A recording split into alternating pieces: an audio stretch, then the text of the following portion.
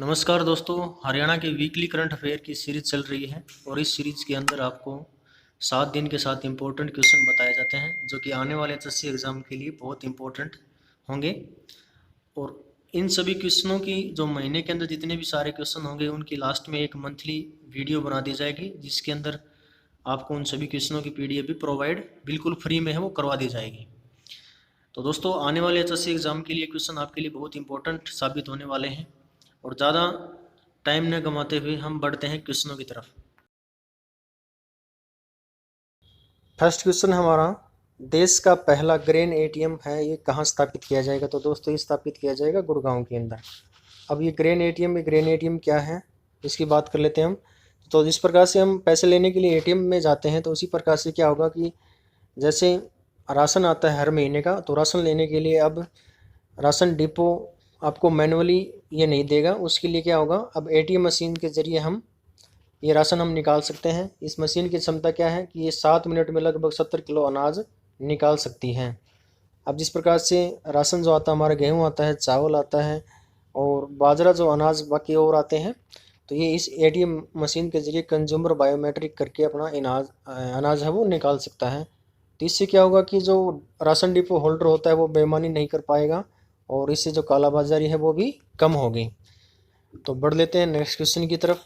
Next है हमारा, किस मंदिर के नवनिर्माण के समय ब्रिटिश कालीन सिक्के प्राप्त हुए हैं? तो दोस्तों ये जो मंदिर है वो श्री लक्ष्मी नारायण मंदिर है जो कि यमुनानगर के गांव जटलाना में पड़ता है। इसको आप ध्यान में रखिएगा।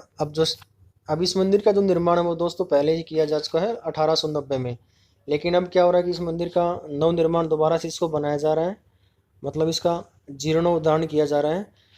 तो उसका जीर्णोद्धार करते समय इसकी खुदाई में यहाँ पर 1840 और 1876 वर्ष के एक रुपये के सिक्के मिले हैं जिनके ऊपर महारानी विक्टोरिया की फ़ोटो है। तो दोस्तों इंपॉर्टेंट फैक्ट आप इसको ध्यान में रखिएगा। अब बढ़ लेते हैं नेक्स्ट क्वेश्चन की तरफ। नेक्स्ट है हमारा कि हरियाणा राज्य के किसानों को अब सॉलिड यूरिया की जगह किस प्रकार की यूरिया है वो यूज़ कर पाएगा? तो इसका आंसर हो जाएगा नैनो तरल यूरिया।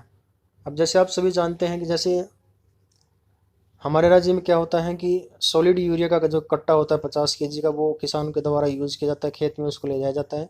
लेकिन अब उसका जो रिप्लेसमेंट है वो नैनो तरल यूरिया से कर दिया गया है, मतलब लिक्विड यूरिया का यूज़ अब किया जाएगा।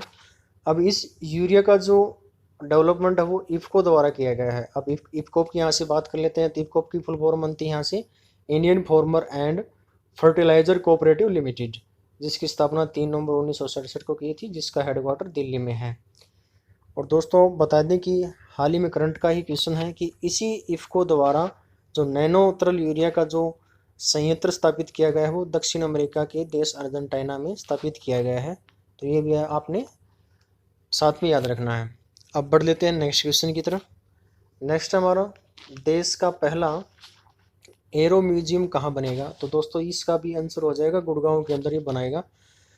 ग्लोबल सिटी प्रोजेक्ट के तहत क्या किया जाएगा, देश का जो पहला हेलीपैड और एरो जो म्यूजियम है वो गुड़गांव में बनाया जाएगा, इसकी योजना बनाई जा रही है।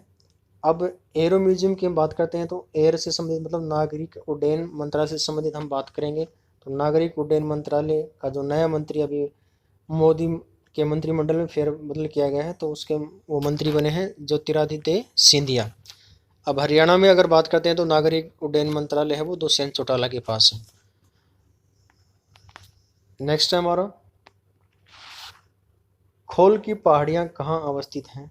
तो दोस्तों इंपॉर्टेंट क्वेश्चन हमारा तो अभी हाल ही में चर्चा में रहा। तो ये दोस्तों खोल की जो पहाड़ियाँ हैं वो एसएससी एग्जाम में पूछ सकता है। तो ये दोस्तों रेवाड़ी में स्थित हैं। अब यहाँ पर क्या हुआ था कि इतनी ज़्यादा बारिश हुई थी जो कि चर्चा में रही थी, रिकॉर्ड बारिश हुई थी। तो खोल की पहाड़ियाँ रेवाड़ी के अंदर पड़ती हैं। अब रेवाड़ी की अगर हम बात करें तो रेवाड़ी जिले का जो गठन है वो 1 नवंबर 1966 को इसको किया गया था। अभी इसी दिन 3 अन्य और जिलों का गठन किया गया था जिसको हम फॉर्मूले से याद रख सकते हैं। तो हमारा फॉर्मूला छोटा सा है KRPY कृपया। तो यहाँ K से बन जाएगा कैथल, R से रेवाड़ी, P से पानीपत और Y से यमुनानगर। तो इस फैक्ट को आप जरूर याद रखिएगा। नेक्स्ट है हमारा, महर्षि वाल्मीकि संस्कृत यूनिवर्सिटी जो राज्य की पहली संस्कृत यूनिवर्सिटी है उसका कैंपस कहाँ बनेगा? तो दोस्तों इसका आंसर हो जाएगा ये कत्थल गांव के जटेड़ी गांव में इसका कैंपस बनाया जाएगा। लेकिन इसका जो प्रशासनिक कैंपस है वो कैथलगी के गांव मुंदरी में इसका बनाया जाएगा। अब इस यूनिवर्सिटी की जो स्थापना की जो घोषणा हुई थी वो 6 साल पहले कर दी गई थी, लेकिन इसका जो शुभारंभ है वो 3 साल पहले किया गया था। लेकिन अभी तक इसका निर्माण कार्य है वो शुरू नहीं हुआ है। अब इसकी अस्थायी जो क्लासेज हैं वो BR अम्बेडकर कॉलेज में लगाई जा रही हैं। नेक्स्ट है,